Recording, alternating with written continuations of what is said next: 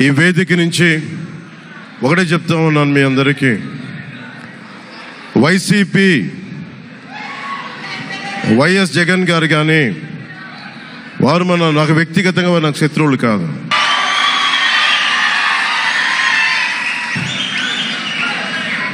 ఓడిపోయారు కదా అని చెప్పి వారిని ఇబ్బంది పెట్టడానికో హింసించడానికో ఈ విజయం కాదు.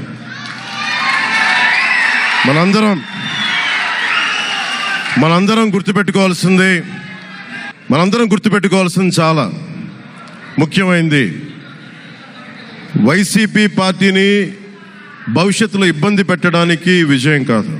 5 కోట్ల మంది ప్రజల పైన వారి భవిష్యత్తు కోసం పునాది వేయడానికి ఉన్న రోజులు ఇవి, అంతేగాని కక్ష సాధింపుల కోసం కాదు.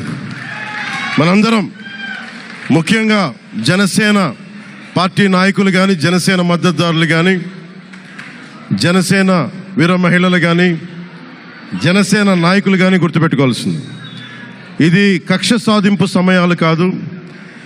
5 కోట్ల మంది ప్రజల కోసం పనిచేసే సమయం ఇది. 5 కోట్ల మంది పైచులకు ఆంధ్రప్రదేశ్ విభజన జరిగినప్పటి నుంచి ఈ రోజు దాకా మనం నలుగుతూనే ఉన్నాం. ఆ రోజులు అయిపోయినాయి, ఆ చీకటి రోజులు అయిపోయినాయి.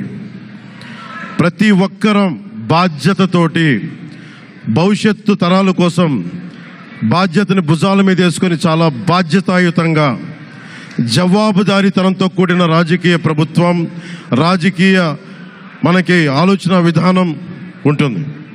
నేను ఆలోచిస్తూ ఉన్నాను, ఏం మాట్లాడాలి ఈ రోజున అనుకుంటా ఉన్నాను. నా జీవితంలో ఎప్పటిదాకా విజయం తెలియదు నాకు.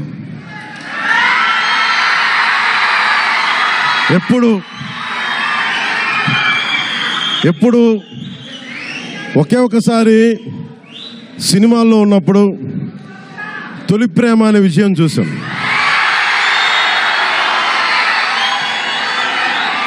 ఆ తర్వాత నాకెవ్వరు నేను విజయం సాధించానని కానీ, డబ్బులు వచ్చినాయని కానీ ఏ ఒక్క సినిమా విజయం చెప్పలే నాకు. నా జీవితం అంతా ఎప్పుడు కూడా దెబ్బలు తింటానో, మాటలు పడతానో, తిట్టించుకుంటానో, నేను ఎంత ఎదిగా నాకే తెలియదు. మీ గుండెల్లో ఈ రోజు నన్ను తీసుకొచ్చి 21కి 21 గెలిచే వరకు నాకే తెలియదు.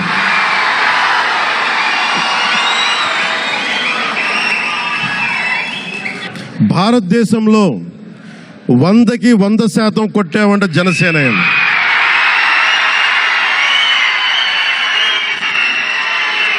100కి 100.